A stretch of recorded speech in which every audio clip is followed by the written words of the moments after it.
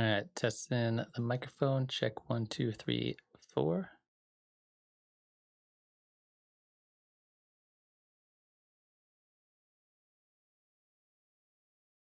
That sounds pretty good. Let's get this thing going. Switching that on there.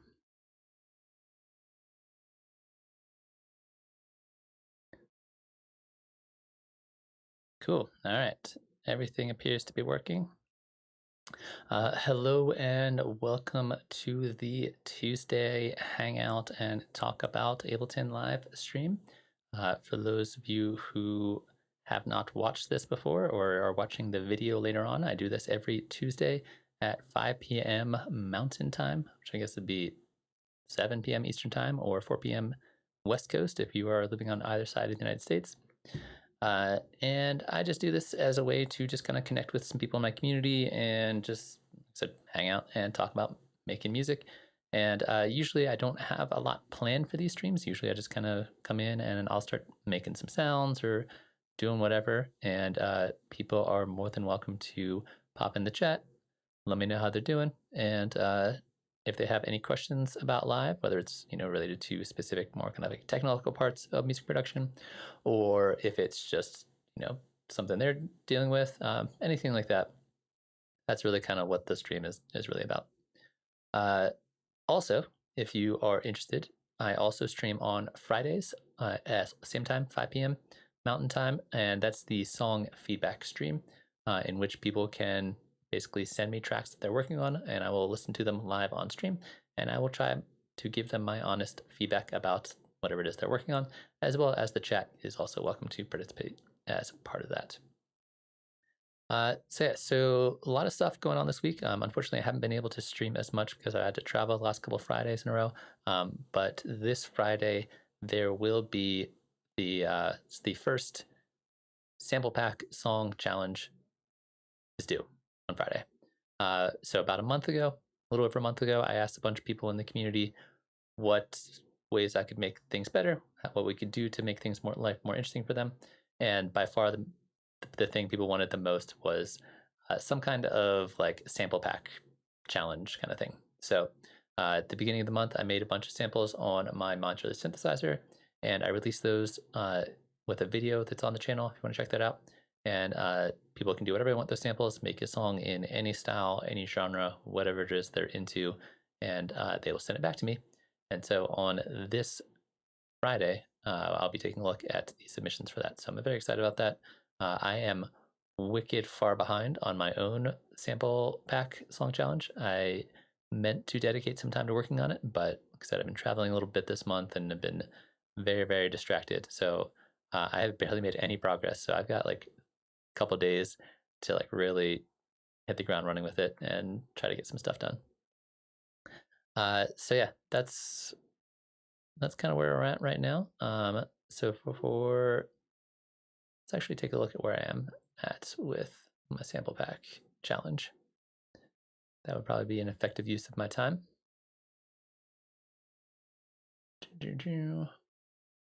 I think this is it. Last time I was working this, I think was also on stream, and I was mostly just kind of playing around a little bit, trying to get some ideas going. But I haven't even decided like what kind of genre or style I want to be doing.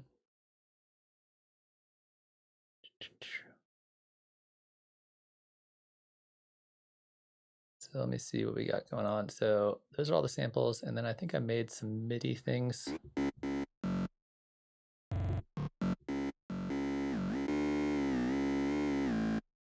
I guess I made that. Don't remember doing that. Whatever this is. No, none of that. Let's stop that from happening.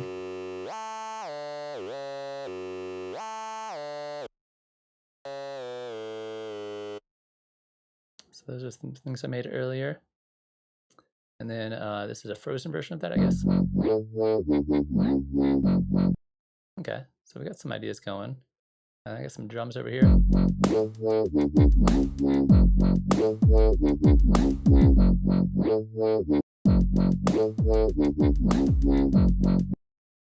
Not sure if I love that yet.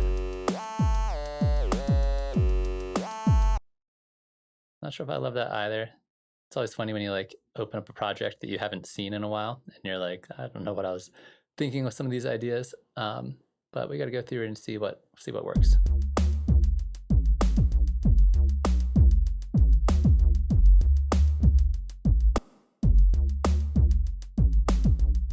So yeah, this is taking one of the other bass lines and turning it into a sampler that I can play around, and I guess those are the sounds I came up with. I think it's okay. I can maybe work with that.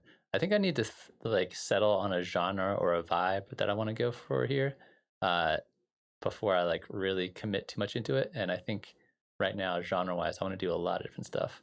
I'm thinking something a little slower and something a little bit more spaced out might be kind of the vibe I want to go for here.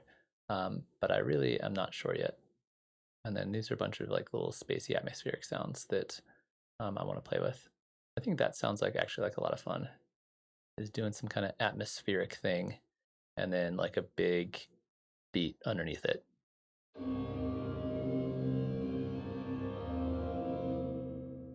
Yeah, so here's one of them with a bunch of reverb.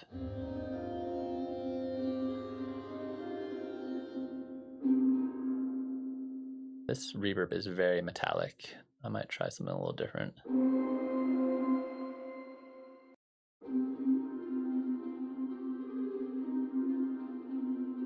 I kind of like that, except for there's like a weird harmonic that's sticking out there. So let's grab another EQ8, toss it on here. You can see that one harmonic like sticking way up there. I want less of that guy, but I want everything else in there.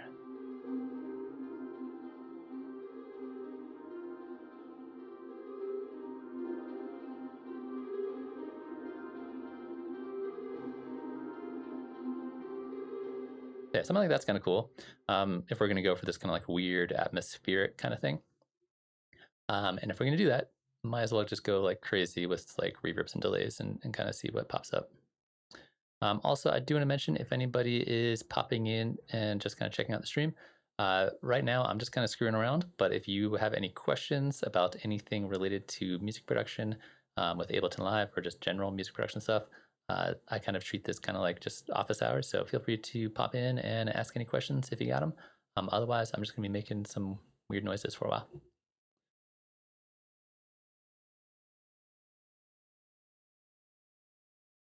Right. So let's get some echo on top of this just to like really space this out.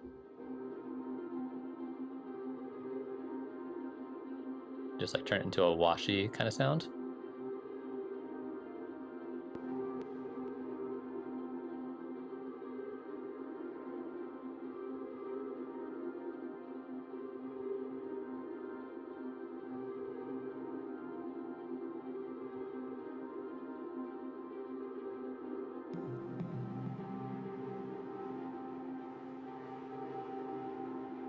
Normally, I'm not super into the new vintage settings on a lot of these devices, but in this situation, I think it actually kind of works. Kind of like gives it a different feel.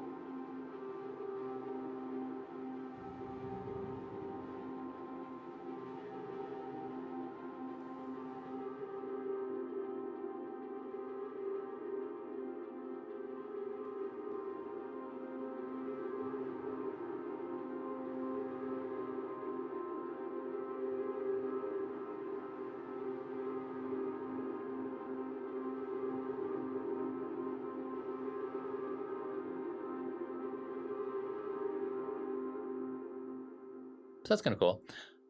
So when I'm doing like an atmospheric kind of thing like this, one of the things I think helps quite a bit is doing a little bit of side chaining, just to give it a more kind of like pulsing motion. And I think that'll work pretty well with this kind of vibe. So let's get a compressor on here and we will grab the side chain from the kick. We got a bunch of kicks. Let's just go ahead and I'm going to start with the 4 on the floor one and just kind of see how that does real quick.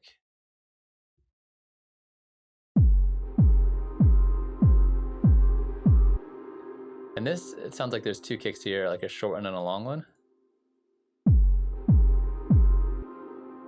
Oh, just that one. I think that should be fine. That should still work. Sometimes I like to have like a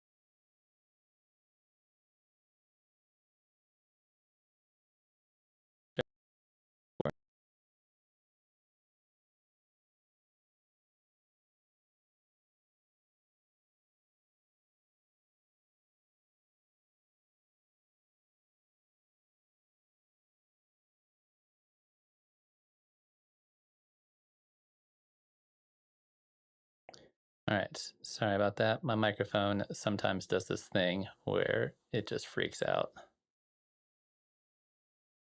I'm not sure. I kind of know why it's happening. I have no idea. I know how to fix it, but it drives me crazy. So if anybody notices my mic is acting weird or being weird, just let me know in the chat. So now we have this kind of like pulsing spacey thing.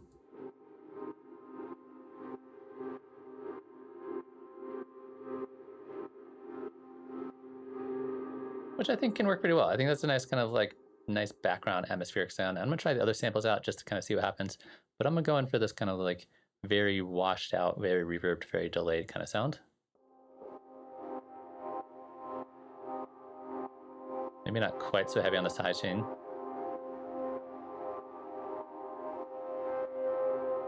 I like the other one better, I think.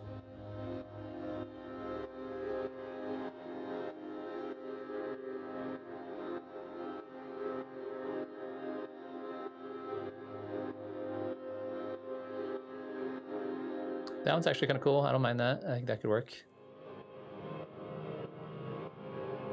This one's a little too dissonant. So I think these two are the winners here. So I'm going to take these guys and just move them out of the way and put them over in the spot where I will probably not use them as much.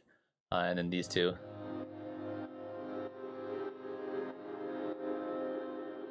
I think either one of these can work.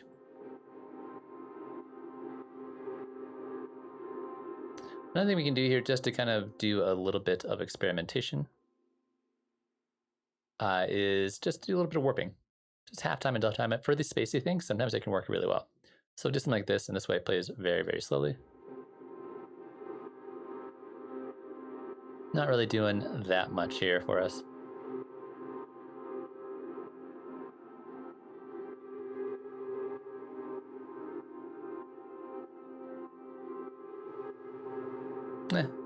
Not really changing things massively either way. I'll try the reverse button, just because reverse button's fun.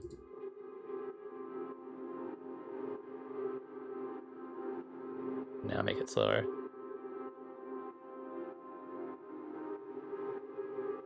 That's kind of cool. I don't mind that. As like a background sound.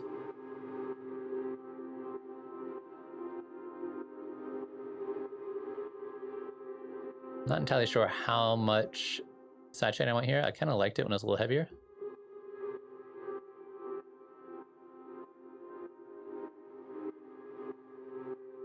Trying to get the right amount of attack and release on this guy.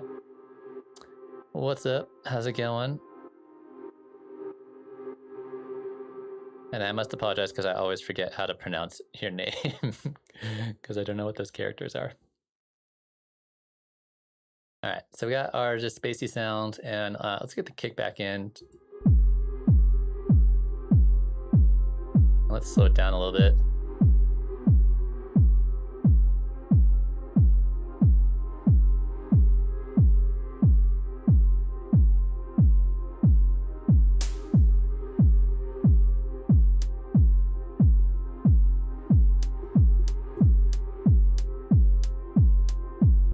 I don't even know if I want a hi-hat in there. I think I just want these two together.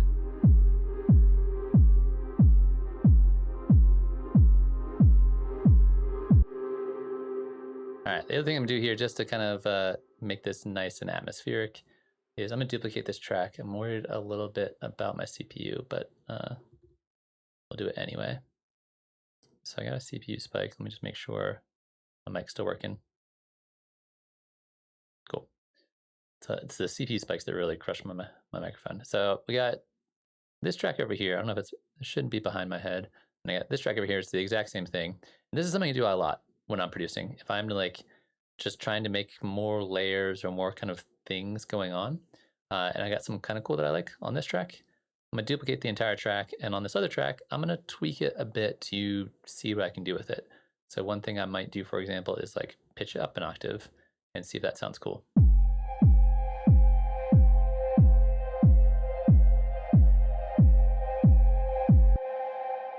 To me, that sounds pretty cool, but I'm gonna tweak it a little bit more than that. I want maybe a little bit less reverb. So maybe I'll like tone this guy down, tone this guy down.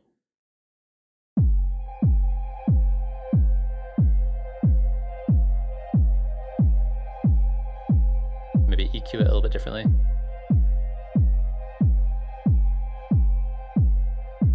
Maybe a little bit different sidechain settings.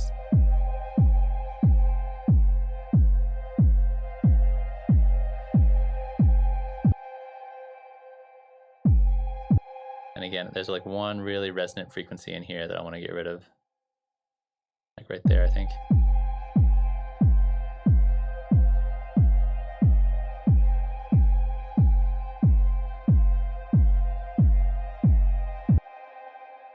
And I want more delay. Let me see if I can chop this up first. So great way to chop this up. I made a video about this a long time ago. Put it on beats mode, switch it to no loop mode, switch the setting to an increment of the grid, like 1/8 notes, and start turning this guy down.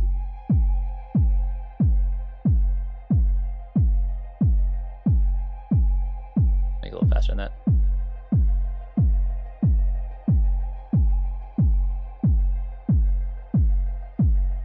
Turn the reverb down a little bit.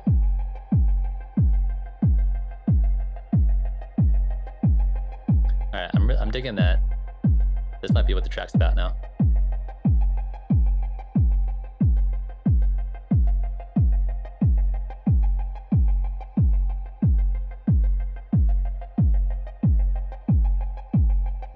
Let me turn the kick off for a minute.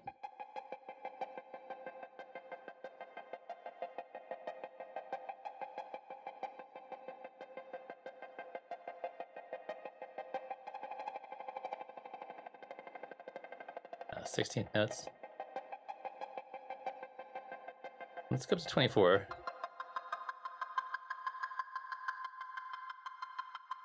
Not bad. I think this interacts with the reverb and the delay really well.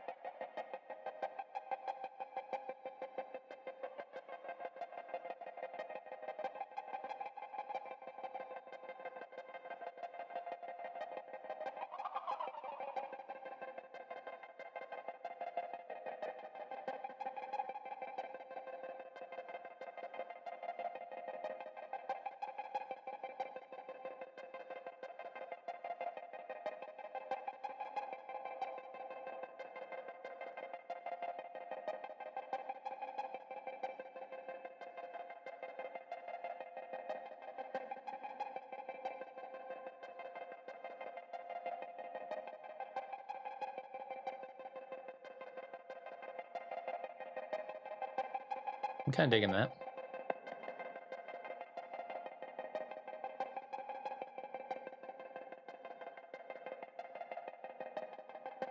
A little bit less delay.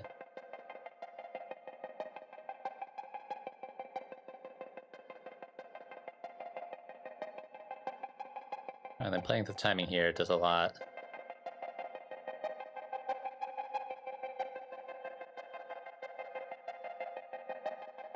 Kind of like it in there. Okay, so now we have that. It's like sounds pretty different than where I started. Now I can layer it with this guy.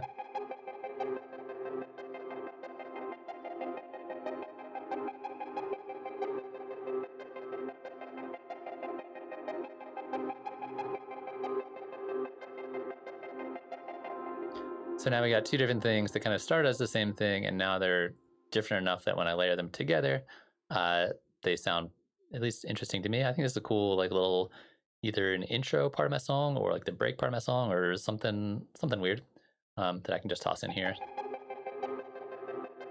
Maybe EQ this guy a little bit more.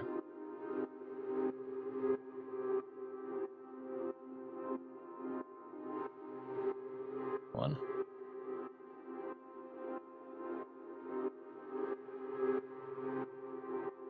Maybe boost this a little bit, a little more.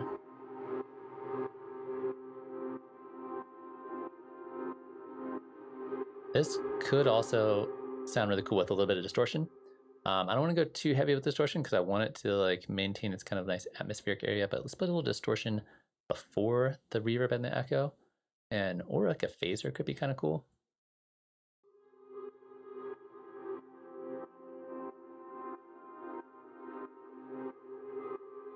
It's not doing a whole lot for us.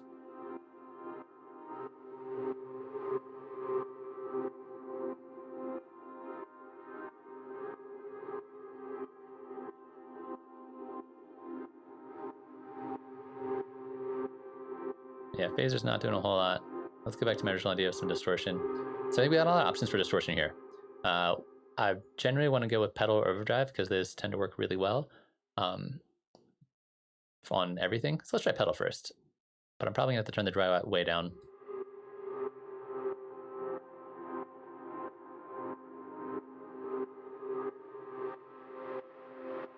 So this gives it this nice kind of like crispy atmosphericness.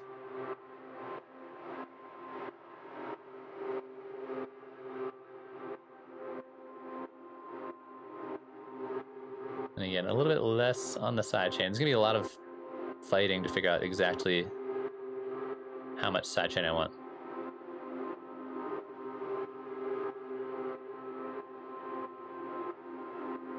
I don't mind that. I think that works.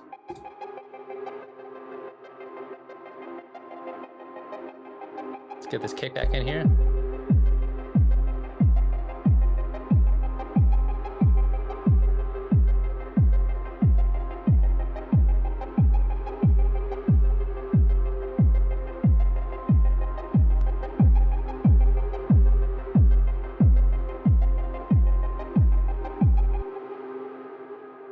Cool. All right. I mean, it's taking us somewhere that is different than where we were before when we started. So I could go deeper into this realm, the more kind of like spacey sounds. I might try out some of the other parts just to kind of see if anything works, anything kind of like fits the vibe I'm going for. Or I could go back to some of these MIDI parts that I made earlier. But let's test these out. I'm not sure if any of them will go in here, but you never know. These have a bunch of effects on it. Let's see what it sounds like first, just with that.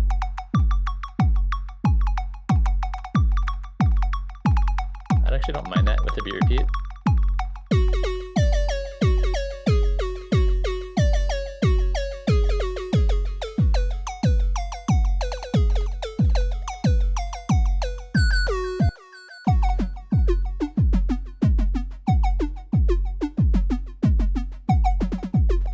That was actually kind of good work.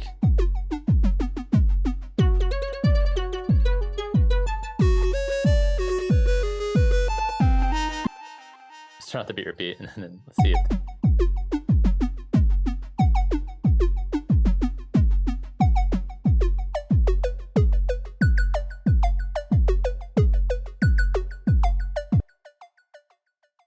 This one I think has potential, but I think we need to tweak it some more.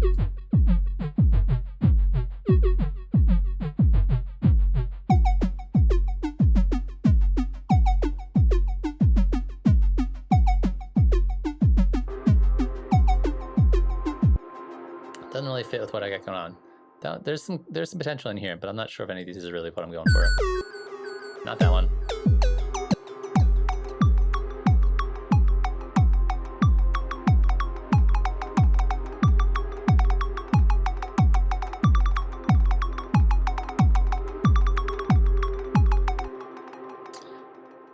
not sure if I'm feeling any of those, at least if I'm going this direction with it.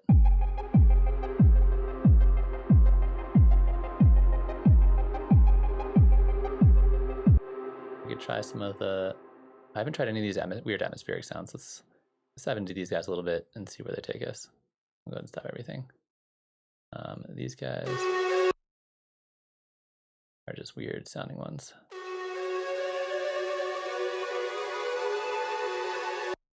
That could work.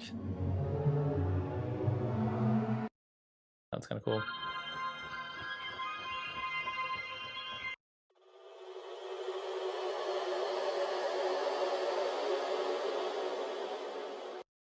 Sounds kind of cool too.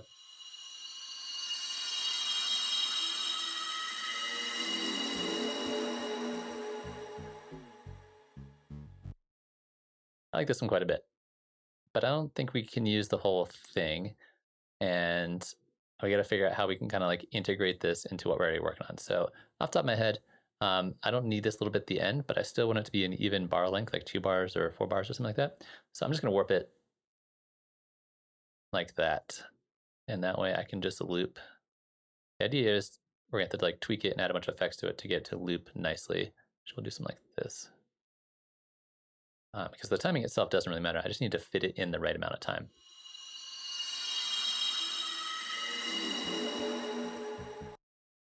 It's kind of cool. And then we'll stretch it out a little bit more.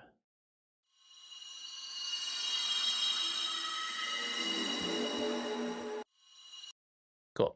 So now we got the issue where it sounds cool, but it doesn't loop nicely. So there's lots of different ways we can deal with it. I'm probably just going to deal with it the same way I was dealing with some of my other clips earlier, which is just tossing a bunch of weird reverbs and delays on it, and that way it kind of like echoes into the next one. I could also go in here and I could add a little like volume fade if it like really bothers me. I could do a little like clip gain fade out right here, and that way it doesn't seem quite as noticeable.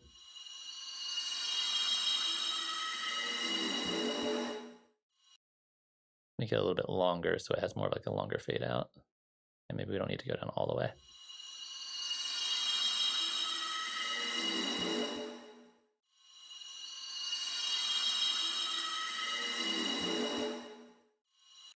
Okay, that's good enough that now that when I start adding some effects on here, we can do some fun stuff with it.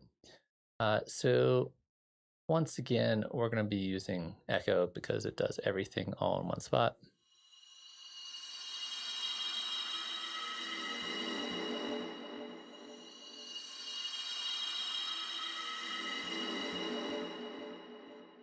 Sounds pretty cool. I'm not sure if this is something I really need to be looping, but this is probably something I will toss in the background of my track, just as like a nice little sound effect. I might even use it as like a little transitionary sound from one section of the song to the next. Let's try speeding up the delay a little bit.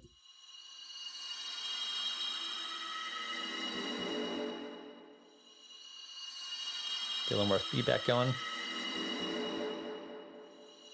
Just play the filter a little bit.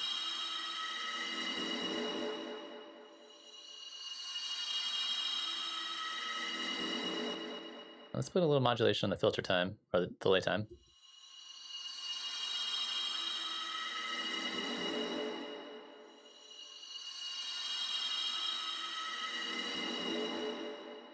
Cool. I like that one quite a bit, but I'm not quite sure where to place it. We could try looping it with some other sounds.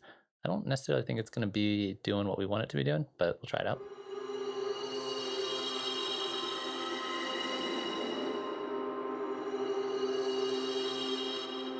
Yeah, let's try doing the opposite of what I did earlier here, and we're going to stretch this out. So instead of making it shorter, we'll make it longer. And that way we have a little bit more room to play with. And we will go into our modulation here, or our clip modulation. And that way we can like really stretch this out. Get a nice little fade out there.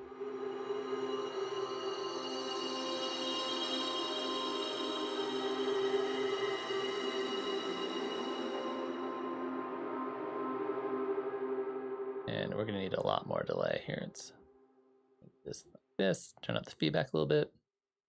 Like plenty of dry wet, plenty of reverb here. We could also, this might be a good candidate for the spectral resonator or the spectral time.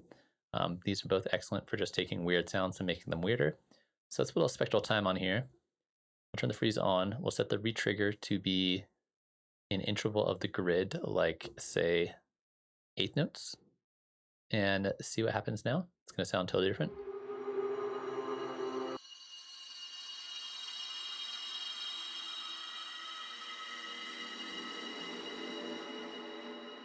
All right, we're getting like super atmospheric territory, which I don't necessarily mind. Let's add a little more delay here.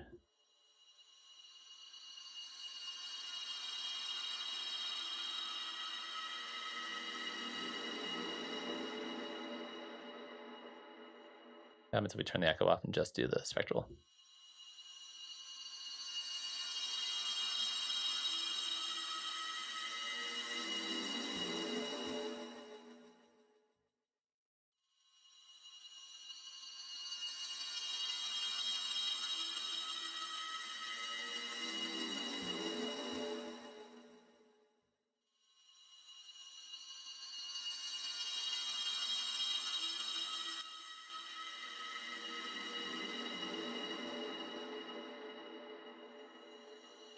All right, we're getting like very haunted house territory.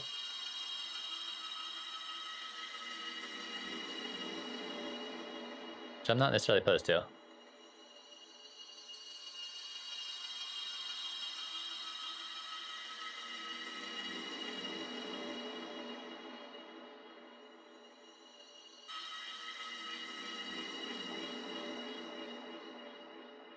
All right, sounds kind of cool. Let's get our kick going.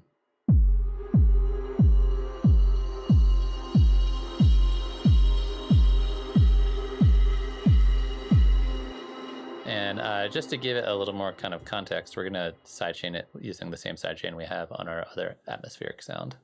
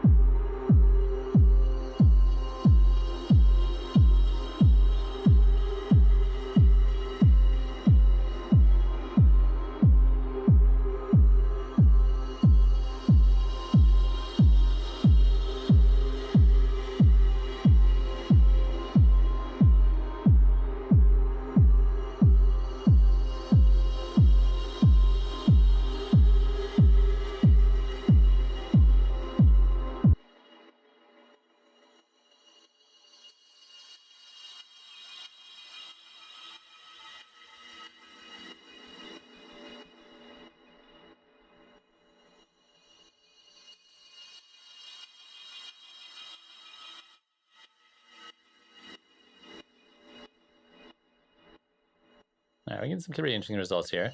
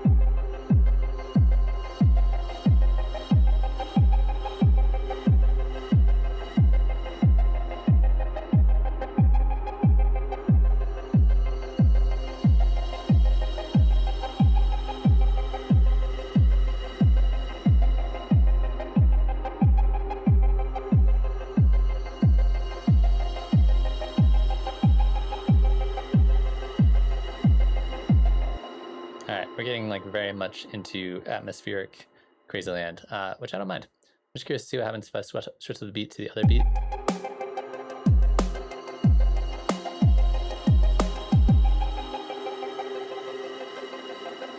Something over here.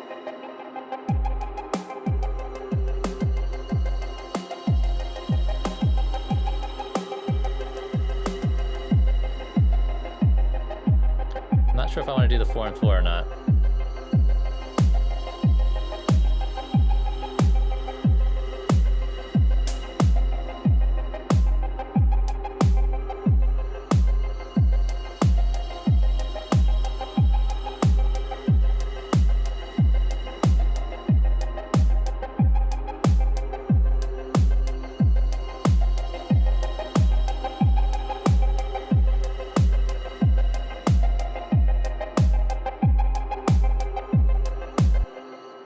Alright, I can kind of see where this is going a little bit.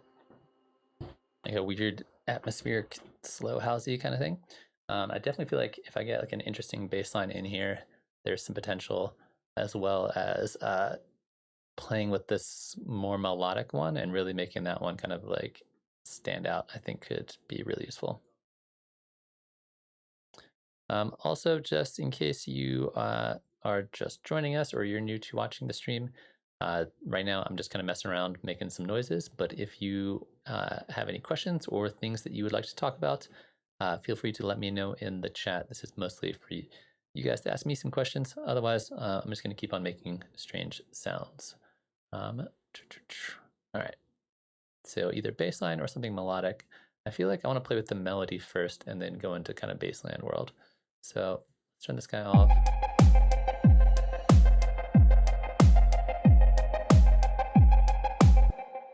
And I need to turn these hats down because that's bothering me.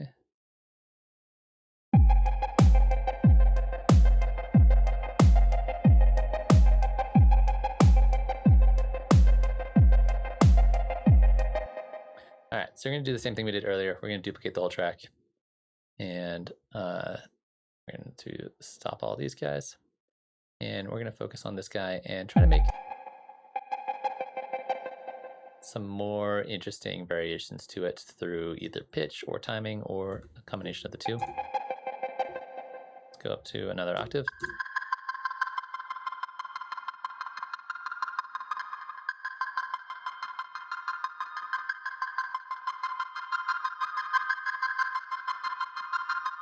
It's a little too harsh, I think. Let's go back down to the octave.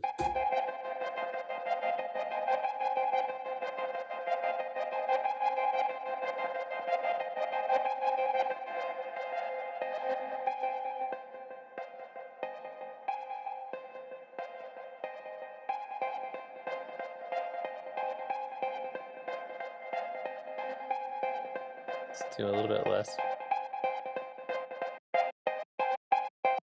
Doesn't sound very good at all without the delay. Let's keep the delay on, but just turn it down.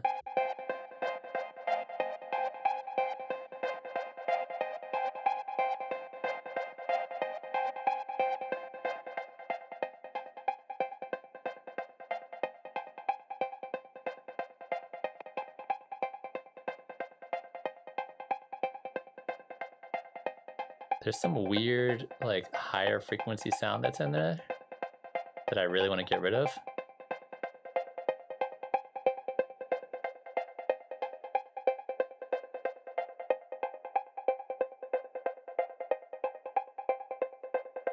Like that cleans it up a little bit. The delay adds this nice kind of cool rhythm to it.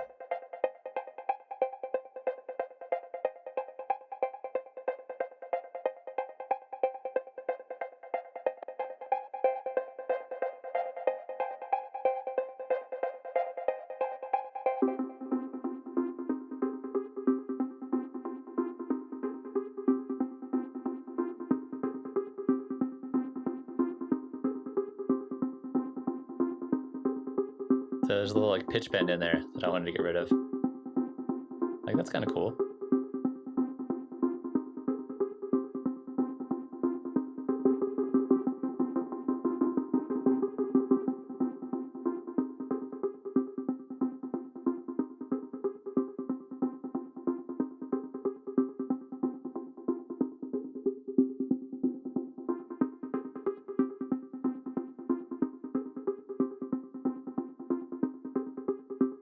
Get behind that.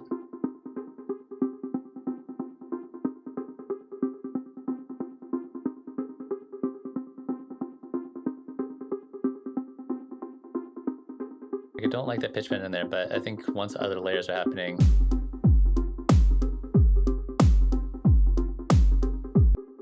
to get back to having just the 4 on the floor just to play around with.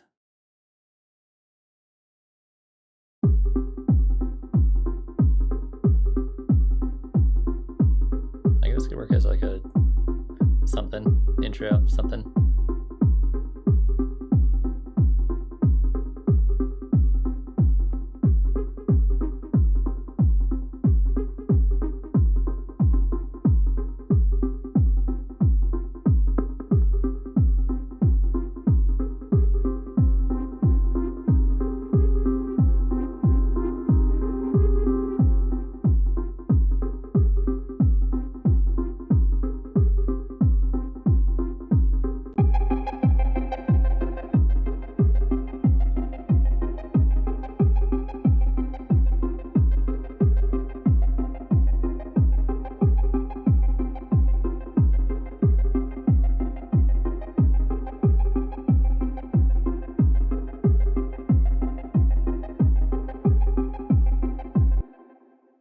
All right, I'm gonna duplicate this one more time just because that's the kind of thing I'm doing right now.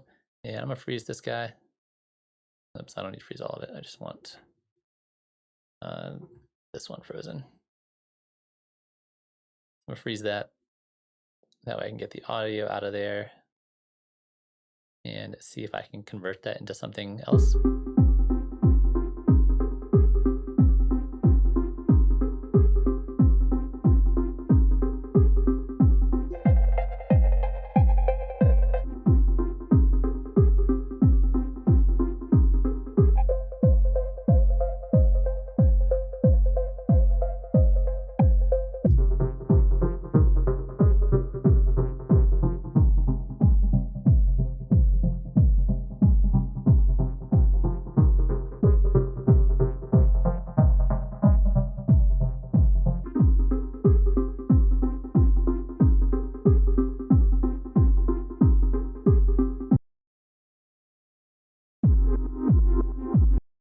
Nope, too much reversed.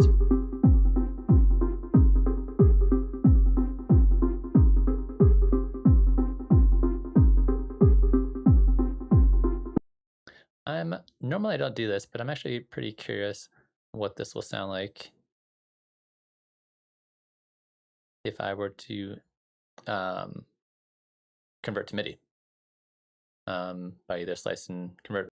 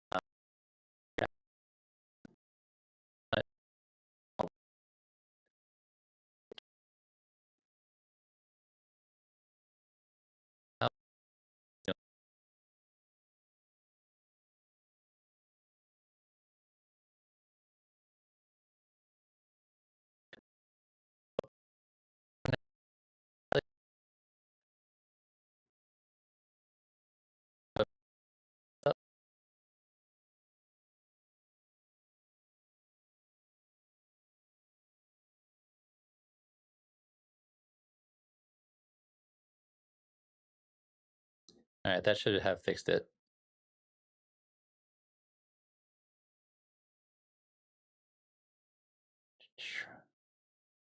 All right, is it working now?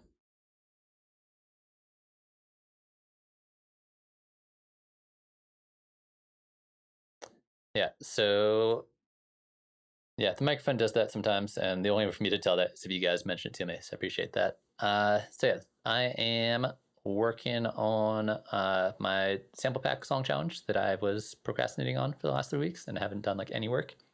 But right now, just making some kind of like weird atmospheric stuff, and then trying to toss a beat on it. Cool. So how are you guys doing? Everybody doing all right? Making some music, ready for the sample pack song challenge due date, which is Friday, which just seems very, very soon. Yeah, but right now I just got some atmospheric layers going.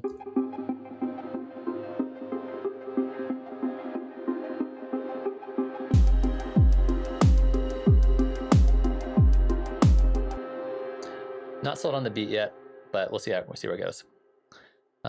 Welcome, Joshua. Oh man, everybody showed up all at the same time. I've been hanging out here all by myself for a while, and now everybody's here.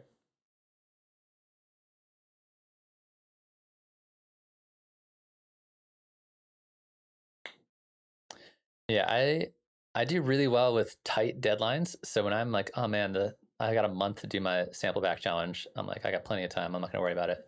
And then it's like, okay, now I have like 3 days to do the entire thing.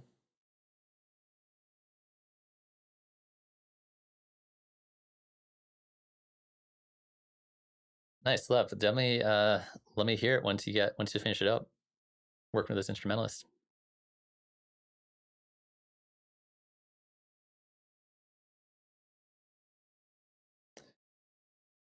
Awesome. Those all sound like awesome projects. One of the big things that I'm really trying to encourage is just when people are working on stuff, just send me whatever you're working on. I'd love to hear it. Has anybody finished their sample pack challenge, or has anybody like gotten far with it at all?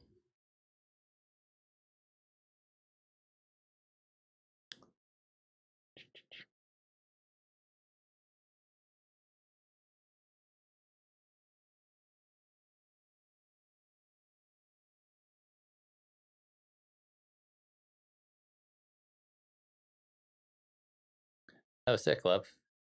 Musicals are like a whole different thing. That's like a whole world unto itself that I honestly don't know that much about. I know a little bit about musicals, but how to make them, that's not my area of expertise.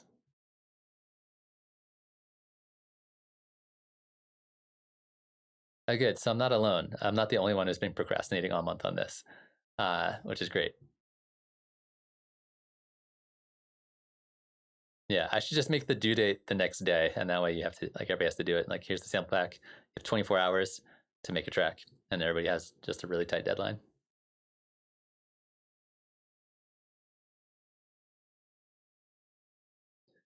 Sweet. Well, I've been making a little bit of progress on this, so I'm gonna go ahead and save it. But anybody got any questions, things they want to talk about, things that they've been experiencing? That's kind of what the Tuesday stream is for.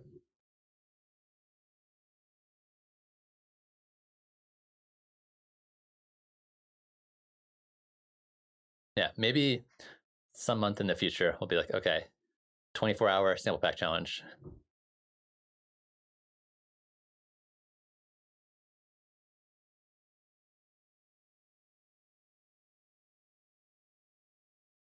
Yeah, I think really tight deadlines are super interesting.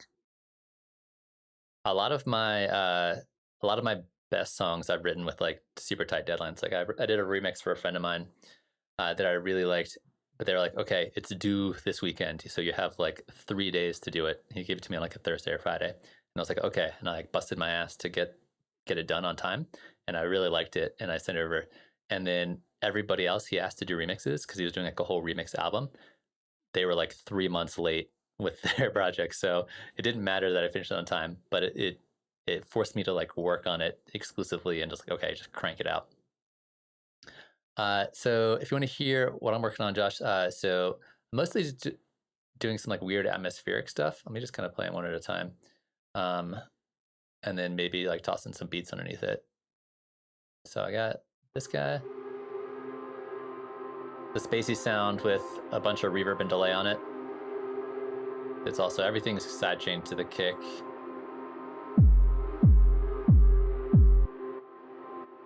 So I get this nice little pulsing going on with it. And I got this guy going with it. And then this guy.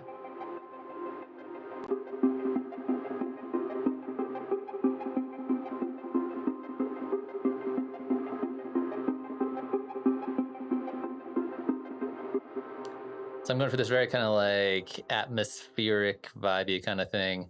And then hopefully kind of take that and then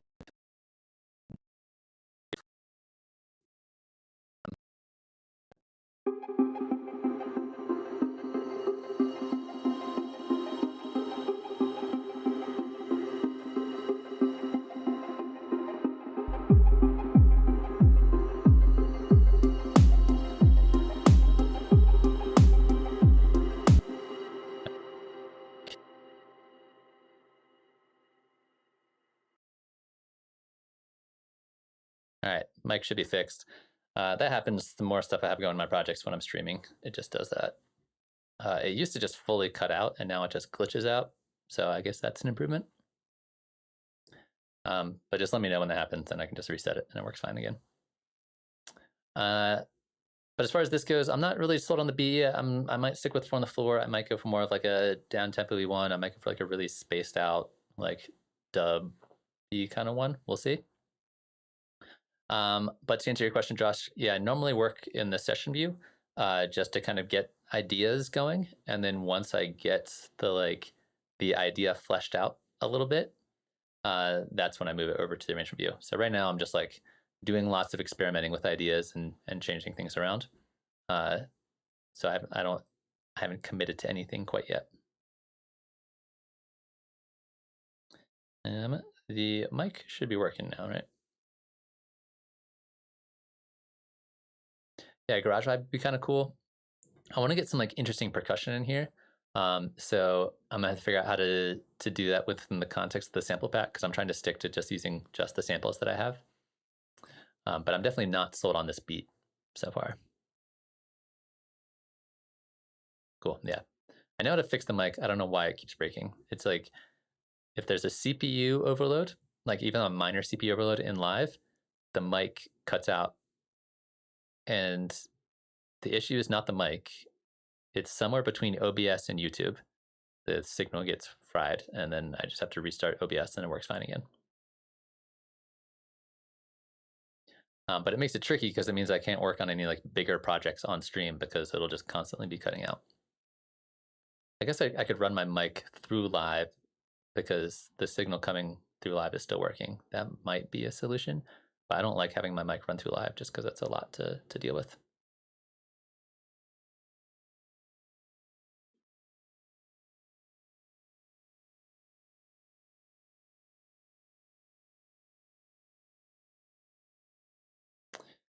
So Mike, you got about 3 months of free time, and you want to dedicate to just learning a bunch of stuff. Music theory, learning Ableton Mix Master. Want to find good advice on courses that I should look into? If I spend some money, I'm looking into courses that has a cert at the end, but always just the main thing.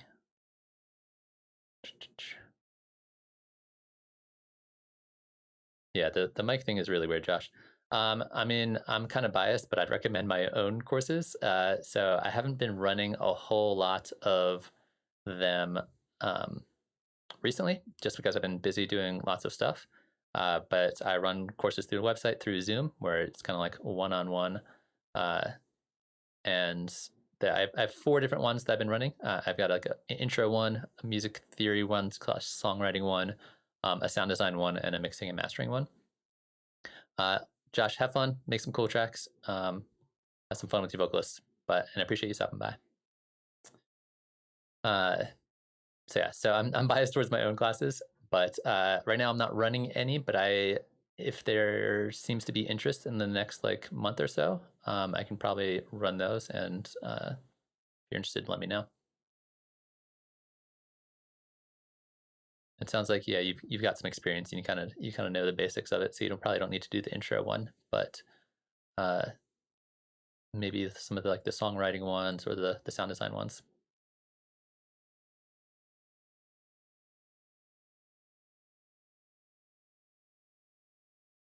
And then I also do like private one-on-one lessons if you want to like focus on doing specific things.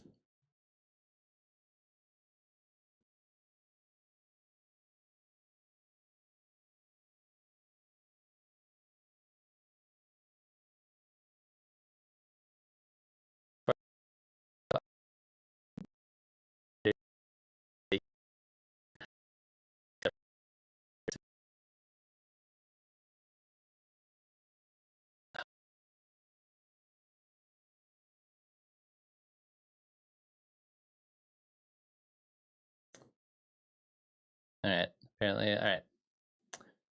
I'm gonna open a new session in live just because it's causing the microphone glitch. Love, did you say you've got two audio interfaces? Interesting. I wonder if that would solve my issue. I have multiple interfaces. Interesting. So if you have two interfaces, you have one just for the microphone, and then you have the other one.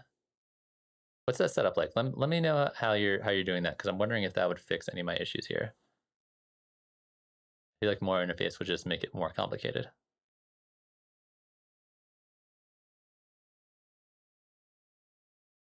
Yeah, because I'm doing a bunch of weird virtual routing stuff. We talked about it in another stream, but I own multiple interfaces, but I only have one plugged in right now.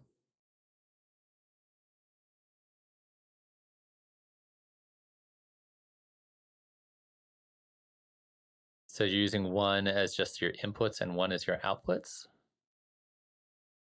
Is that how you're doing it? I'm curious about that.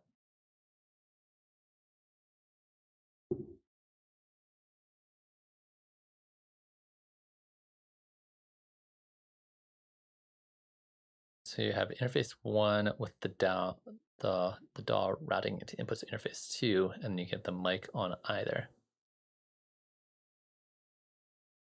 I'm not sure if that would address my issue that I'm running into, which is seems to be very specific. But I'm gonna think about this. I'm gonna do some experiments next time I stream, because the mic thing is driving me nuts.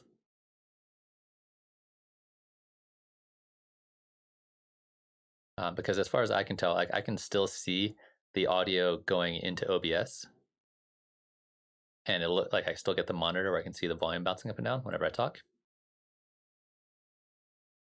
Yeah, I'll try it out. See, I think there's probably some potential there.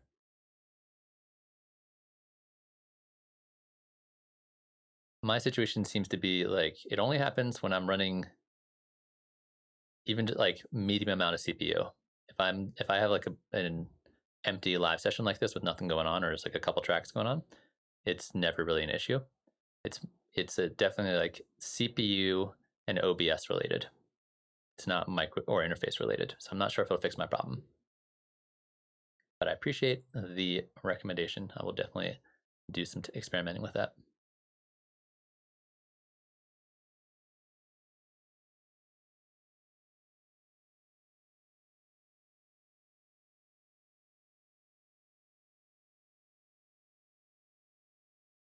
Yeah, I've experimented with a couple of different virtual routing options, and they all seem to be giving me roughly the same results.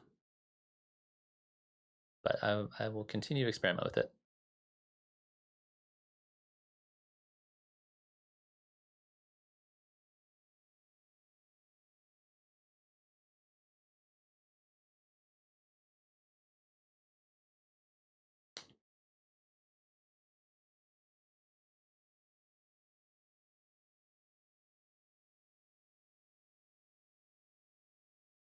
Yeah, so not doing any internal routing seems interesting. You like physically just have one interface plugged into another interface. I'm also very much out of USB ports right now, so I have to plan with that as well.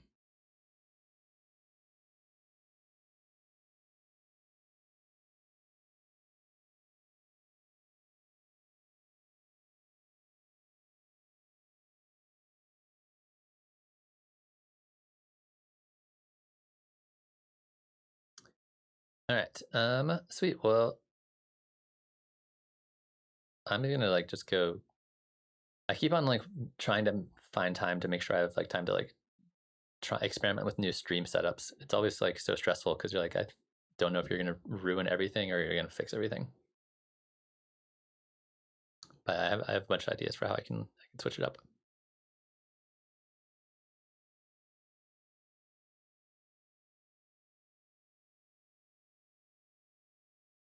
So besides the musical, what else have you been working on recently, Love? And now that we're starting over, I'm just gonna I want to do some like weird bass sound design. I haven't done any like morphing basses in a while, and so I want to do something like that.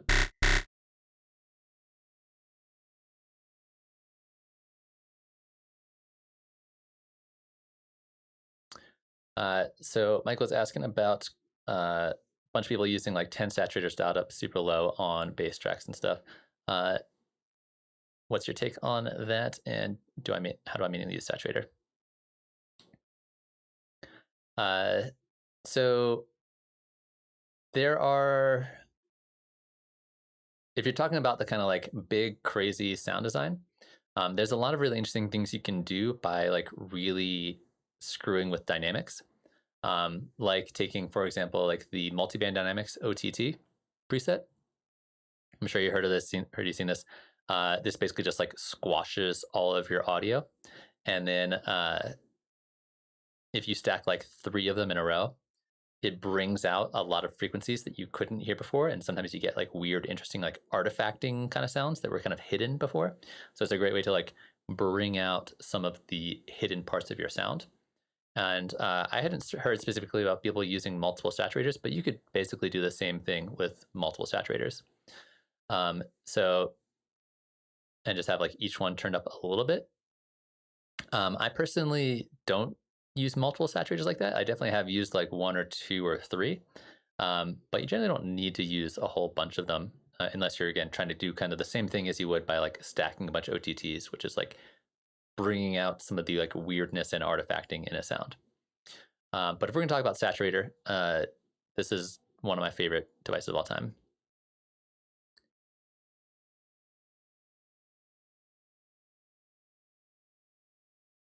So I love you're working with a bunch of rappers that like bring you a beat from YouTube and you're like, you have to make something better basically. Or you're mixing their YouTube beat with their rapping. So if we're talking about saturator, let's start with just like a saw wave or something.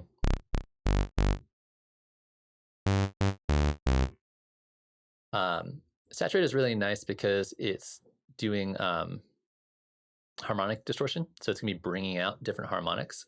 So for example, we have like a sine wave. That's kind of lame. You're just like, here's the YouTube beat I downloaded, and here's my vocals, and you just have to mix the two. That is not as fun as making your own.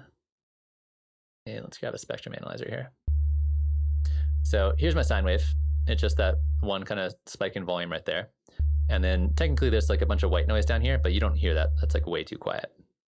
But if I start taking something through a saturator and start turning up the drive, it's going to start adding in extra harmonics.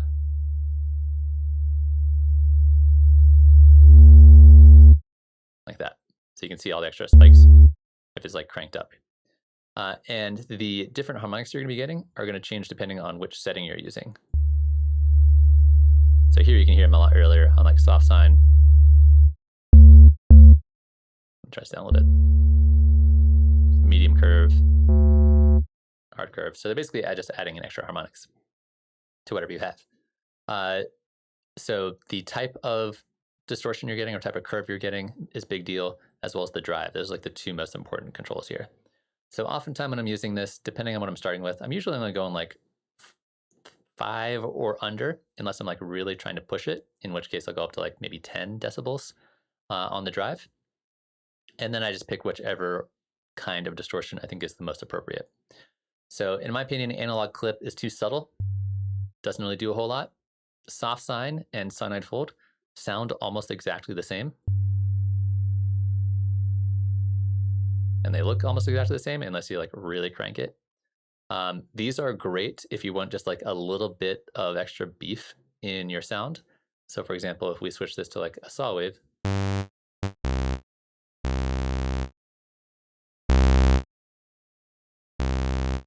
you'll hear like the difference there. Medium curve is going to be a little bit more aggressive, and then hard curve is going to be like super aggressive. So if we try this on, we'll just do it on a triangle. You get different kinds of sounds that way. So generally, if I'm doing like big kind of beefy bass sound design, soft sine and cyanide fold, I think work the best for if I want to like just a little bit of a boost, not like super over the top, but just a little bit. Medium curve, if I want to go for something a little bit more kind of like aggressive, and then hard curve, if I want something like really over the top. Generally, if I'm going to use hard curve, I'll make sure to turn the dry wet down. That way it's like not super crazy. Other than that, the soft sine here, or not soft sine, the soft clip is really useful, because if you go above 0 dB when you crank your drive, it clips it at 0. So you'll never go above 0, and so you can go like do some really crazy weird distortion.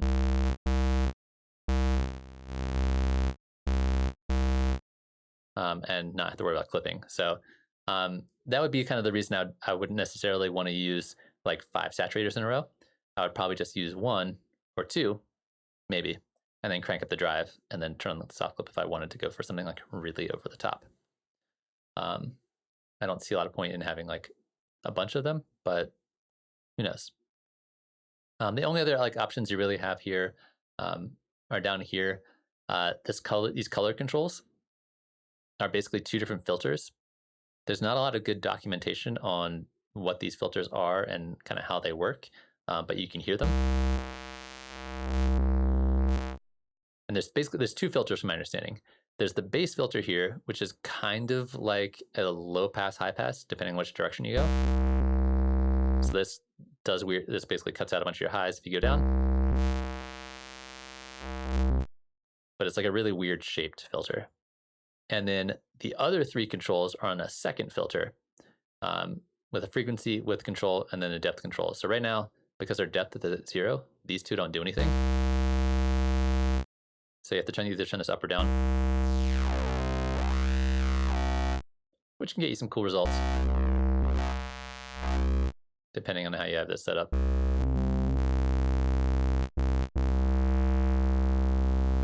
And you kind of see the curves change a little bit. They're pretty unpredictable, so I don't like using them a whole lot, unless, again, I'm going for something like really kind of over the top. So that's kind of my general gist of saturator. Pick the kind of distortion you want, pick the amount you want. If you need to, adjust the dry wet to taste, and adjust the soft clip on and off.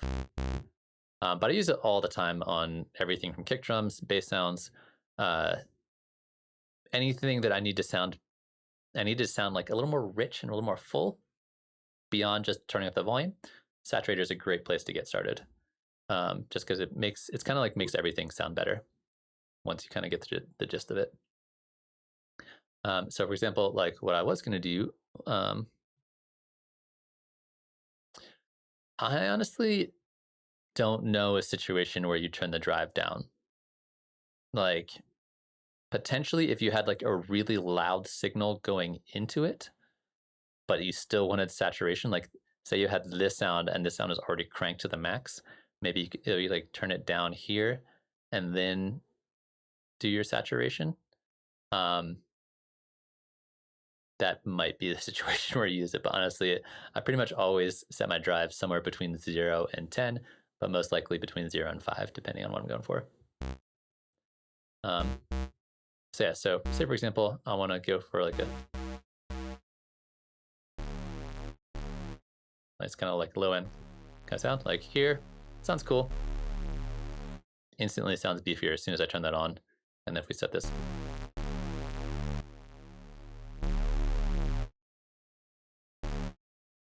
just makes everything sound better, in my opinion. So let's take something like that and let's layer that with something weird.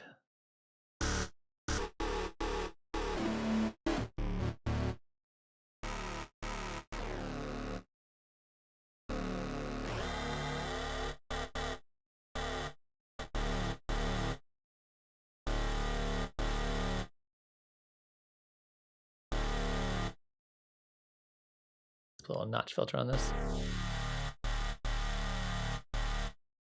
And a little bit LFO on our notch filter.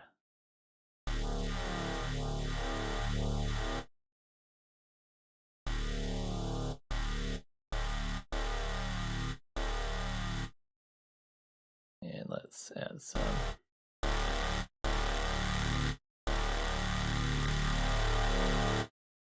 I don't mind that.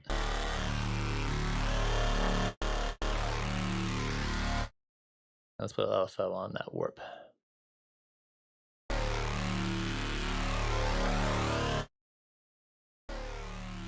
Like, that sounds cool. That sounds way better.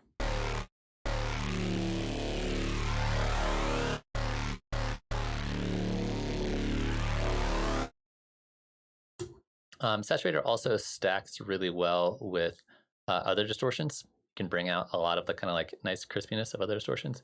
So a lot of times I'll use like pedal or overdrive. Recently, usually pedal, but just for funsies, let's do a little overdrive first. I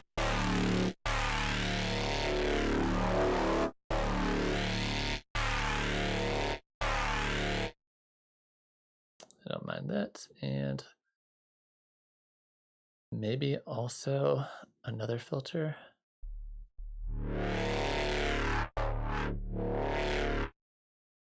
Let's do a different LFO on that.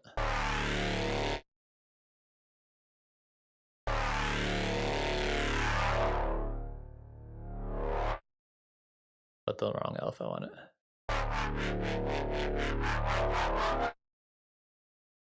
Too much. Nah, I don't like that.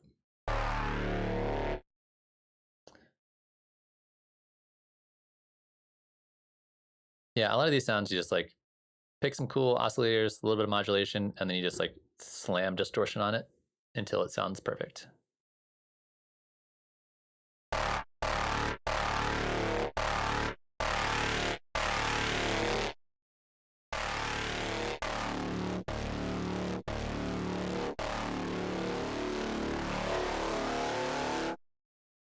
And let's put a phaser on here too.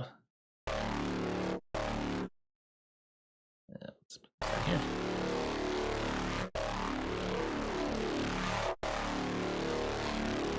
Get a little too gnarly, maybe a little bit less unison.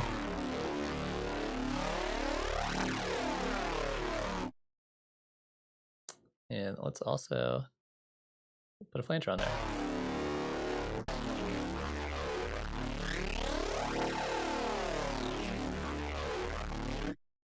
It's getting a little out there.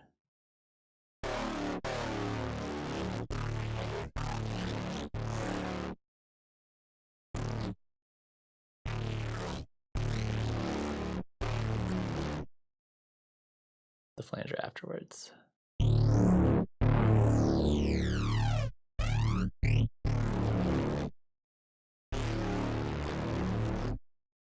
It's too distorted now.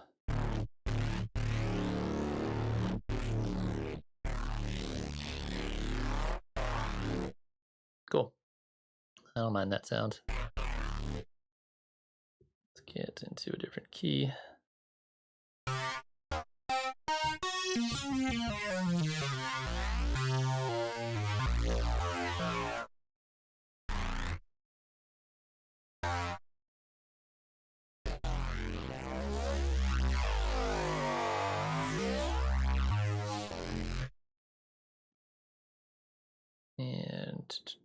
a little more glide on this bad boy.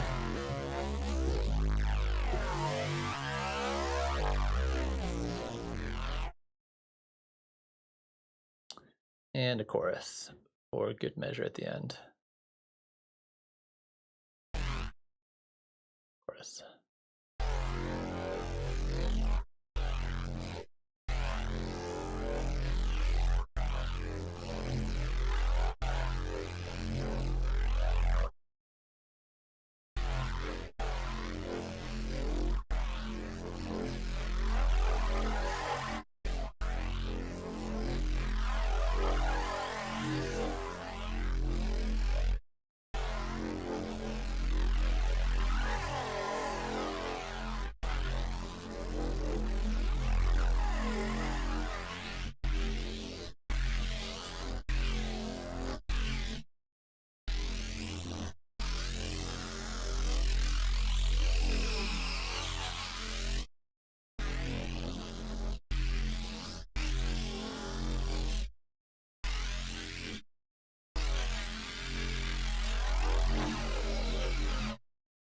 I don't know. I don't know if it sounds a little too kind of out there now.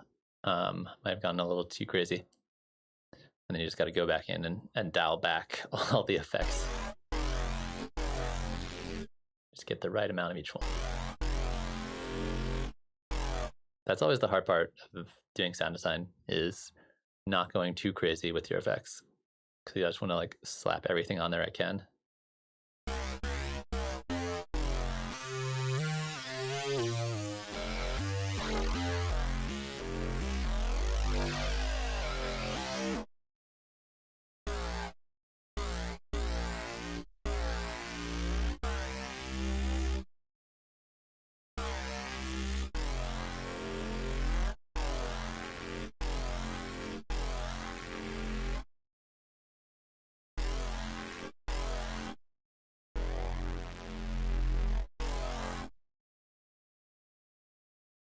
Need to find the right second oscillator.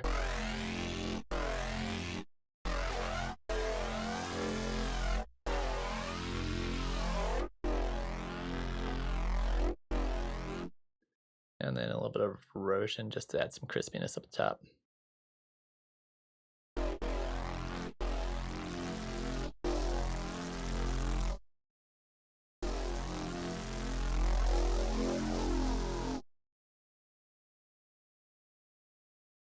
Let's put the LFO back on this guy.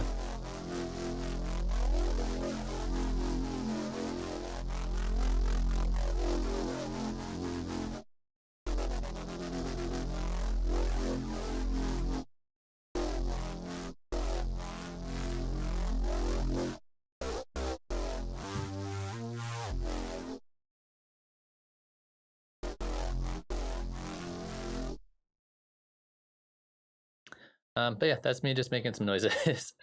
Hopefully that answers your question about Saturator a while ago.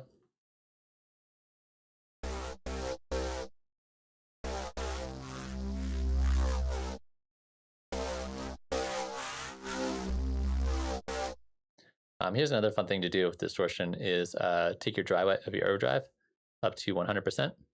And then this becomes not only distortion, but also a bandpass filter.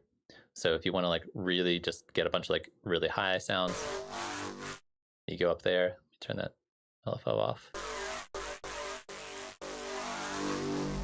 Or only get the really low frequencies, you put it way down here. Or somewhere in between.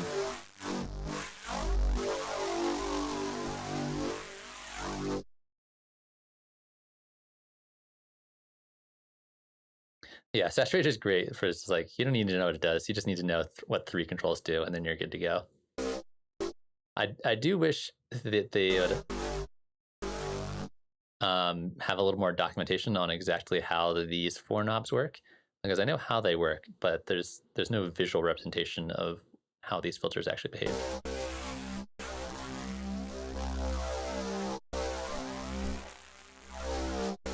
Which makes them very hard to use.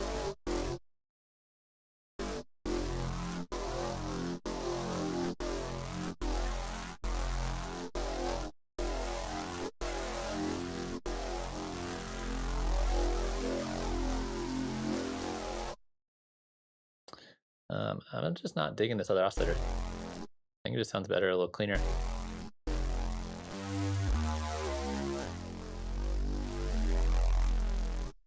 It's very kind of like EEPROM, kind of just big distorted thing.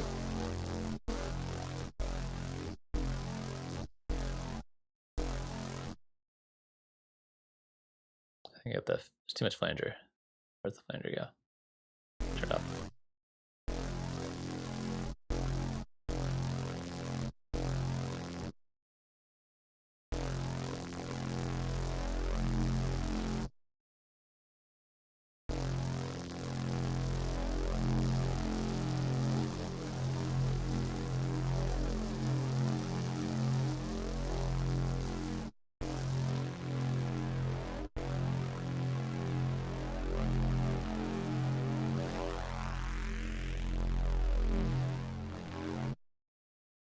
Yeah, putting a little LFO in this overdrive is also a really handy thing to do. Sweet. Anybody else got any questions?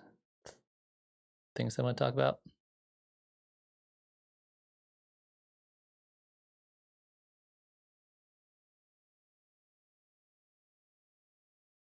Let's go full wubby with this thing.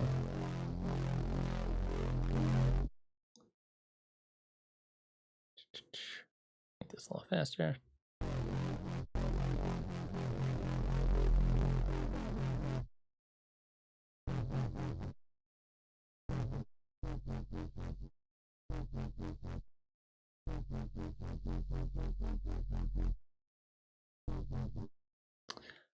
I use a decent amount of Max for Live. There's like the handful of Max for Live stuff that I use all the time, which is the LFO, the shaper, the envelope follower, the kind of a lot of like the utility ones, and then there's the ones I use like pretty regularly, but not all the time, which would be like the granulator. Some of the like weird ones that I've downloaded, like the Euclidean sequencer is super cool.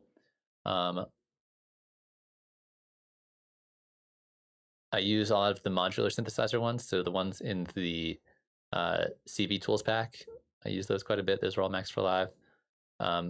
It varies a little bit. Sometimes I'll use the ones in the what's the chaotic one? I've been playing around with the Inspired by Nature ones from Dylan Bastian. Those are pretty sick. And then there's the probability pack. If you haven't tried the probability pack, a bunch of kind of cool, interesting, weird like arpeggiators and sequencers in here. And then like on pretty rare occasions, I will build my own stuff from scratch. So like in like the video one that I did on how to like do like weird video processing, I'll do stuff like that for fun every once in a while as a way to just kind of like make some weird stuff. But mostly the kind of like the basic ones, the ones that are like the ones that they've added here, you know, LFO, that kind of stuff.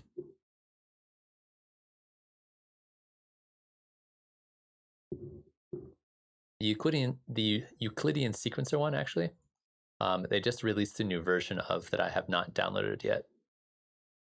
But this, I think, is one of the best Max for Live devices that exists. Super cool for doing like weird rhythm stuff. So we just put this in here.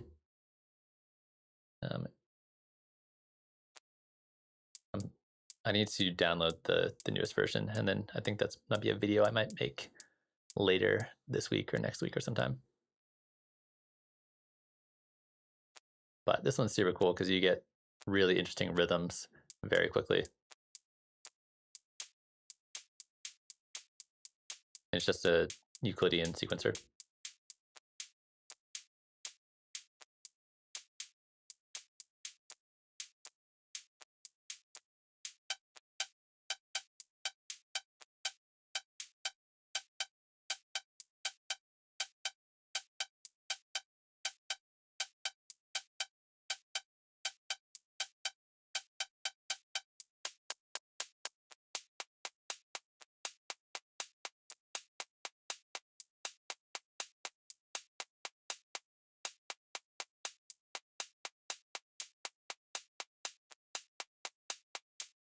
Yeah, this one, I think it's like $10 or something. It's not a free one, but not only does it look cool, it's really amazing. If you are not aware of, I'm not sure how familiar you are with Euclidean rhythms.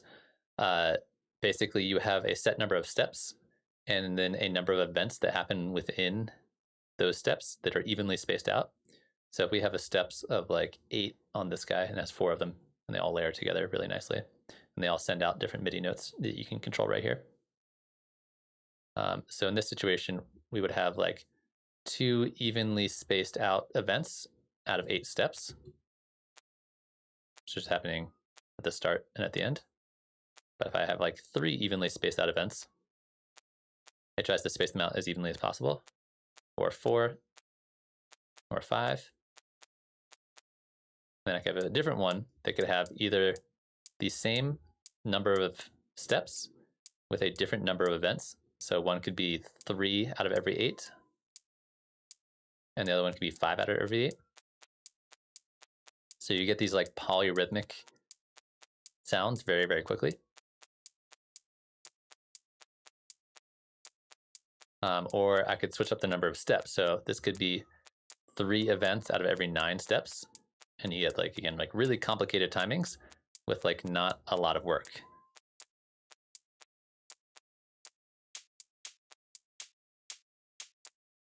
And you can like rotate the steps and do all kinds of cool stuff.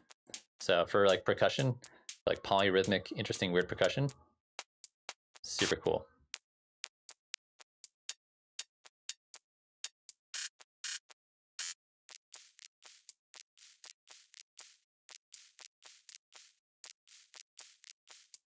It also has sequencers, so you can play different notes with it. This thing is like, it does a lot of stuff all in one. The notes don't matter for this because I'm just sending this to drums. But if I had like a melodic sound, I actually want to start writing more melodies like this. So right now it's just sending the C1 note, but if I open up the sequencer and I go in here, I can play different notes.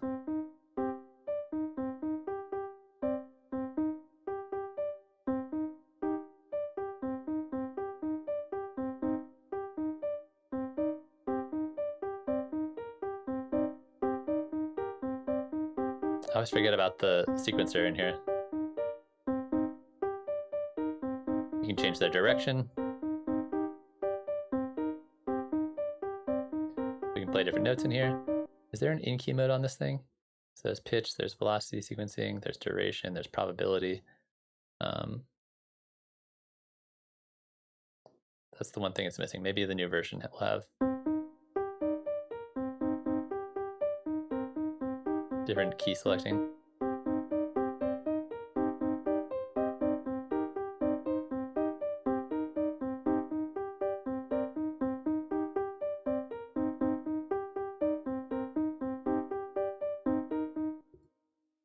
Maybe I feel a little delay on this. This is how I'm going to write all of my melodies from now on. It's just doing this.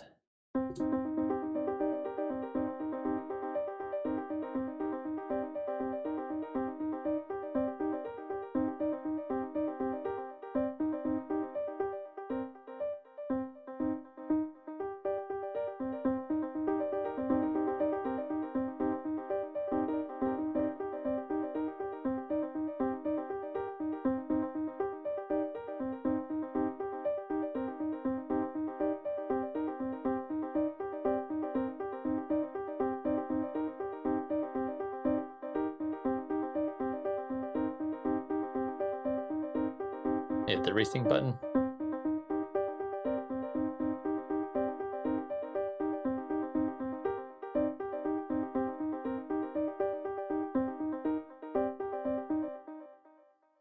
Yeah, super fun, really easy to use.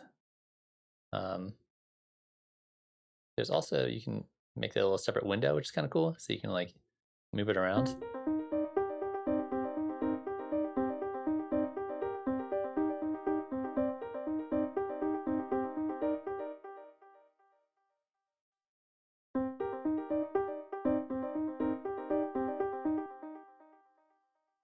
Yeah, this is definitely one of the Maxwell devices that I've been meaning to make a video on, and then I saw that they released a new version, and then I haven't downloaded the new version yet.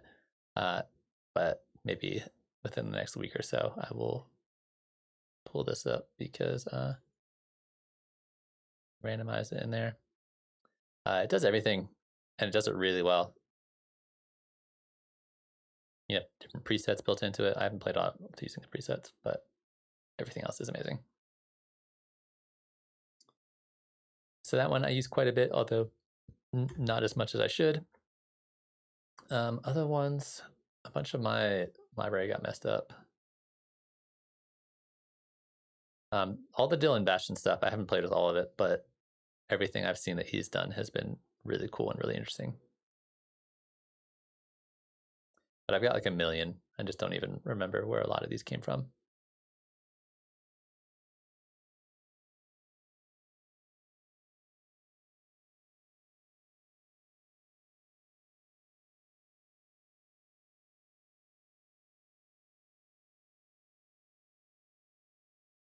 Yeah, there's so many.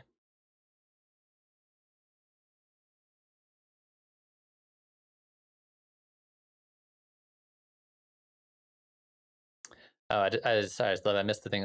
Any creations from Max Live? There's the video one that I made the video on. I've made some like synthesizers and things and some like audio effects. Let me see if I have. This is probably just one of the synthesizers I made for a demo. Pretty basic synthesizer, but it's got like a couple oscillators, got some things going on.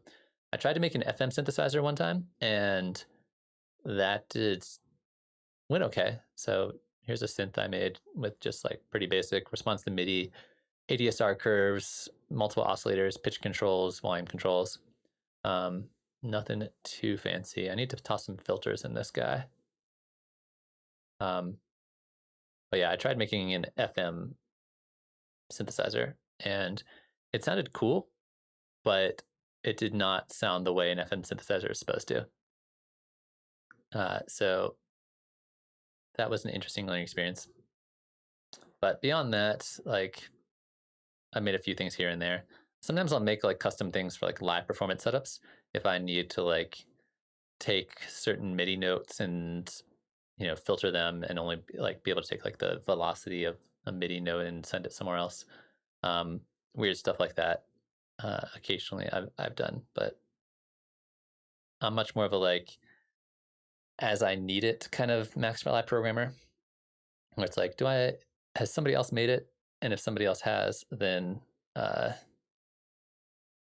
just use somebody else's Max Live device. I won't, make something from scratch if I don't need to.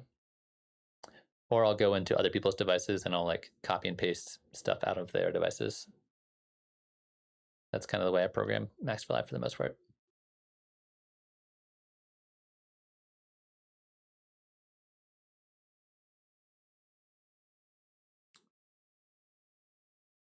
I also kind of go through phases with Max Live stuff where I will like spend a bunch of time with it for a few months, and then I like won't use it for like 6 months, and I'll spend a bunch of time with it for a few months, and then I'll like take a break for a few more months. Really kind of depends.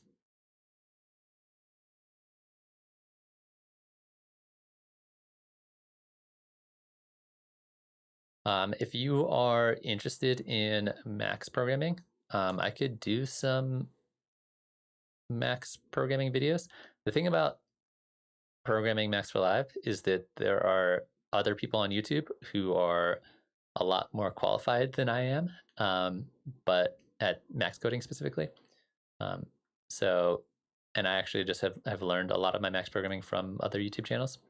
But if that's the kind of thing people are into, I can definitely dive into that a little bit in future videos.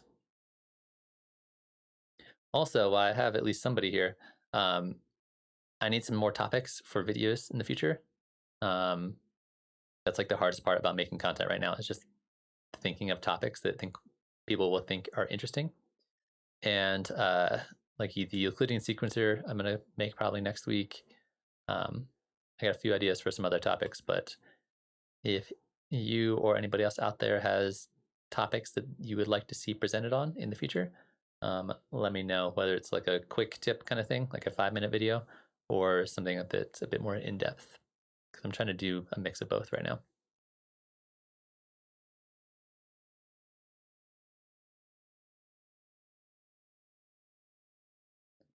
But I always spend like an hour brainstorming an idea for a topic and then spend like 10 minutes filming it.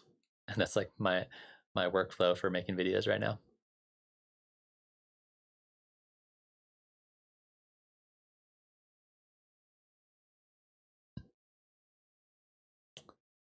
All right. Well, I guess we go back to this guy here.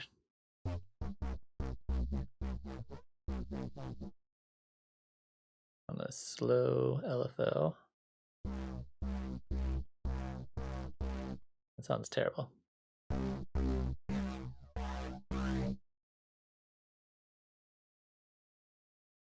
Yeah, no worries, Michael.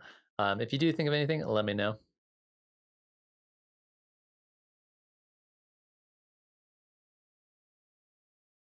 I have not done a video on the randomize rack feature. I have been playing around with it on a little bit. I've been playing around more with the variations and like using it in combination with the variations. So maybe like a video on like talking about the different macro variations and then using the randomize button to like just generate a bunch of things.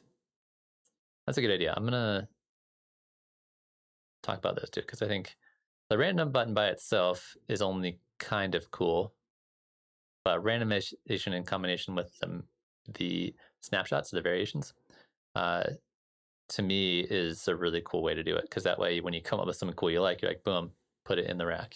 Boom, here's another one, put it in the rack. So I will probably do something kind of like that.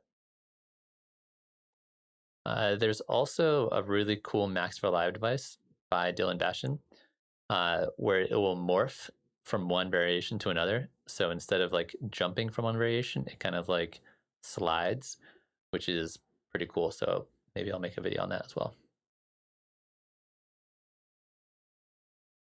Yeah, because just randomization by itself is cool, but I think oftentimes, let me get rid of this rack and let's take all these guys and rack all of them together. Start doing some macro mapping. So let's do like a oscillator position, and we'll do like a warp and a fold, and a filter frequency, and a filter frequency here, and then dry wet here. And I guess I'll just do a bunch of more dry wets. At least a couple more dry wets. Cool, so there's our 8 macros. So that way, I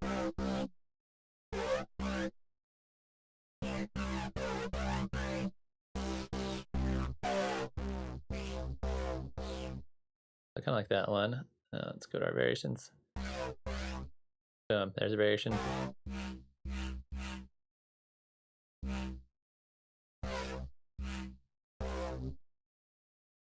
And then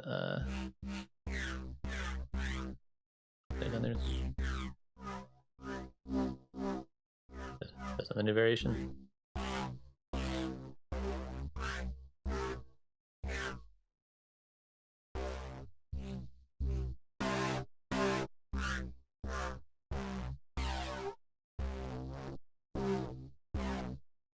I should also, all right, I need to add some more in here, more macros. Let's go all the way to 16, because I feel like LFO rate and LFO mount, we want to randomize that, as well as LFO mount. And then also, the issue is I already made a bunch of variations, and now it's going to screw them up because I'm adding new things as part of this.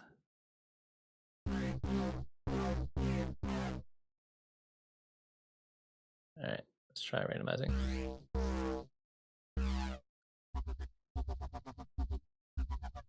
All right.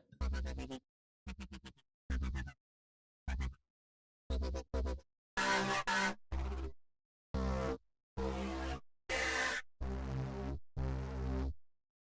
right, that's our new variation there.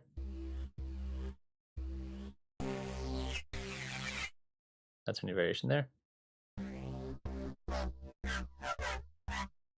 That's a new variation there.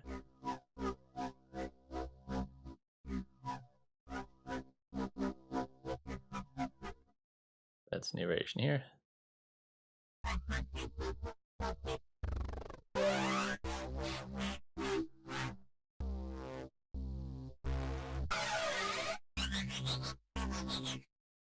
That's a new variation here.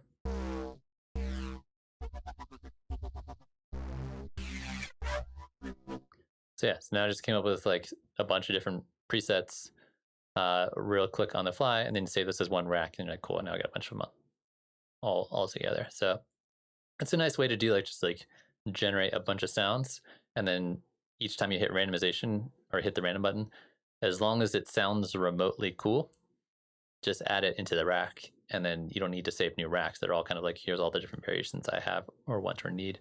Or if you like, if it gets kind of close, you can tweak it a little bit and kind of get it where you want it to be. But yeah, I think these two, like the variations and the random control in tandem with each other, work really, really well. And that way you can just be like, all right, I'm just going to crank out and make one preset that has like 12 different variations, and it took me 2 minutes to make all of them. And that way, as I'm going through my track, I can load up my preset and be like, cool, here's all the different variations. Yeah, it's just all in an instrument rack. So I just put I put the wavetable plus all of the different effects, except for the spectrum analyzer, in the rack. I just macro mapped a bunch of stuff, so 11 different parameters. And then when you hit the randomization button, it randomizes all of the what do you call it? Macros. And then anytime it made something cool, you just hit the new button and it creates a new variation. And it basically like saves specifically that combination of macros. So all the rest of the stuff is unaffected. If it's not macro mapped, it just stays where it is. But now I can just again, and like some of them are going to sound like garbage. And if they do, you can either tweak them just slightly,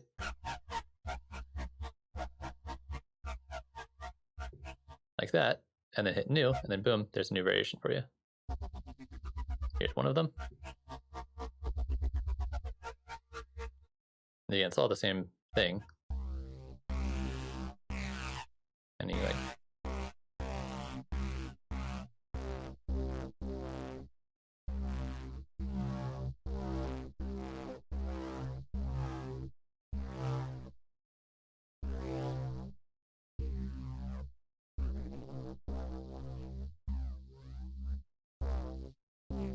and if it doesn't sound cool, just keep hitting randomize.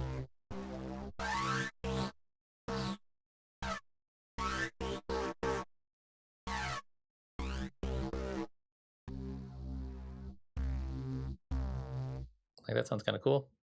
Boom, there's new variation.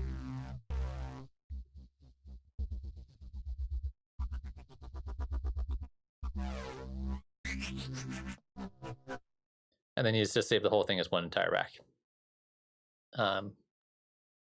You can also MIDI map them. So you can like go up and down and switch them. And I think they said they were going to fix this. And I don't think they fixed it yet. It used to be that that you could MIDI map these guys, and then they took it out, and then they said they're going to add it back in. Can you get back in here? No, you can't MIDI map those right now. But can you automate those? Let me.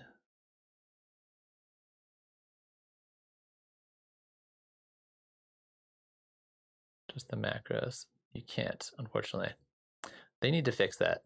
They need to set this up, unless I'm missing something here, where you can automate back and forth between them. So you could have one bass patch and then just like do a whole crazy weird bass line. by just generating a bunch of different variations and then be able to switch back and forth between them. You could manually switch between them on the fly, which is kind of cool, but being able to MIDI map this or automate this would make all the difference in the world.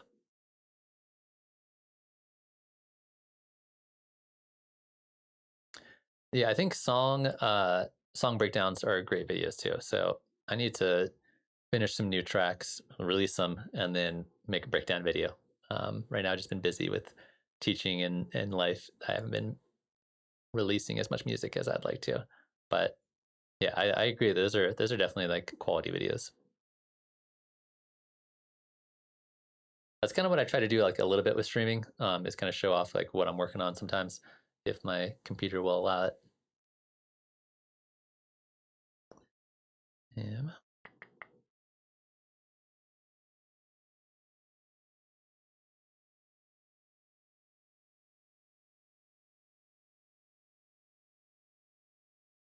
Yeah, I feel like there's a giant missed opportunity for not being able to automate these unless I'm like totally missing something.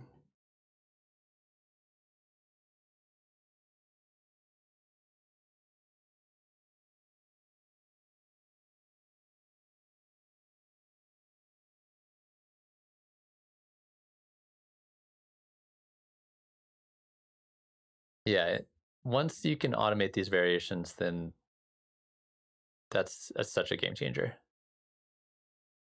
I'll ask the people at Ableton and see if that becomes is the thing that they're working on. Because you can duplicate them, you can delete them, you can add more, you can switch back and forth, but you cannot automate them, as far as I can tell.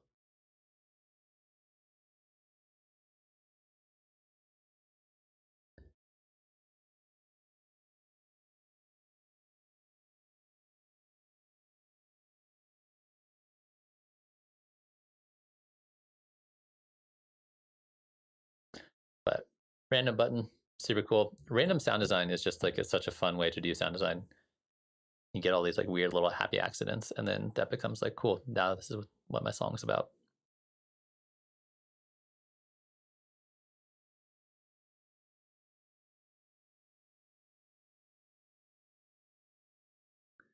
Sweet. Well, I'm gonna be wrapping up stream here in just a moment.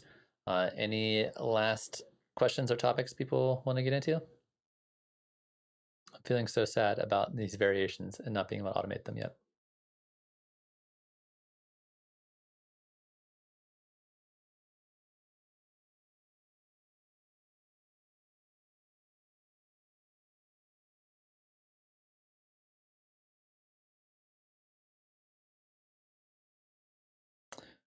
Good album to listen to.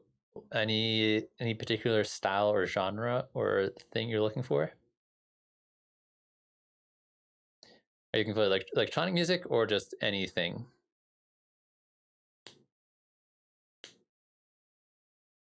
Anything?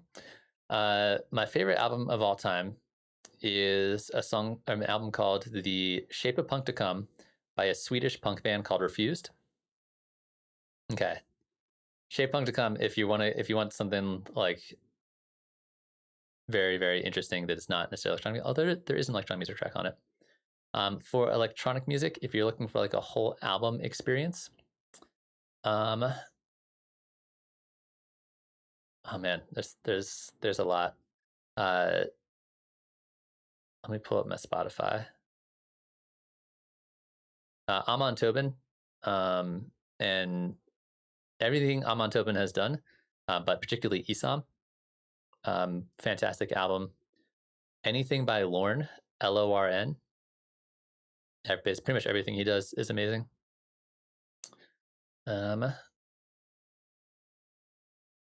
Those two are excellent.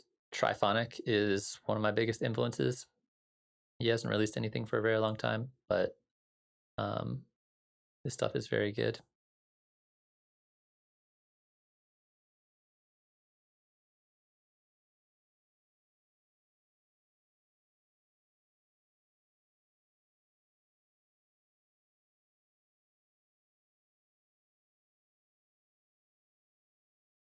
Yeah, I love it when albums are like designed to be like you sit down and you listen to the whole album at one time. What are some other good albums that are like a full listening experience?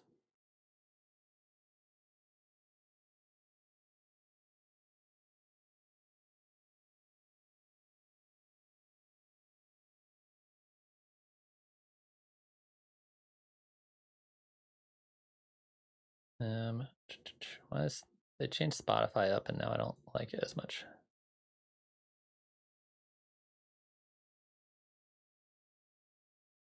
Drink the Sea by the Glitch Mob, fantastic album. Like one of those ones where you just like sit down and listen to the whole thing at once.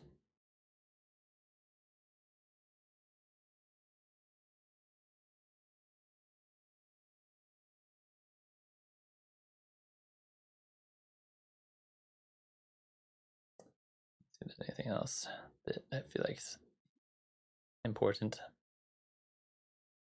If you want to like really expand your horizons, Ben Frost.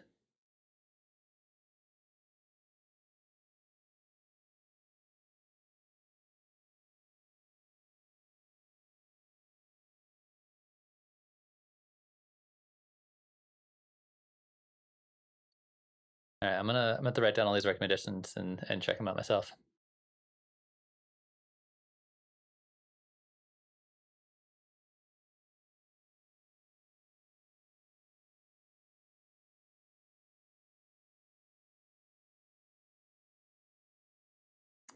Sweet. Well, I think in that case, I'm gonna call the stream for the evening. Go ahead and get myself some dinner. I hope you guys have a lovely evening.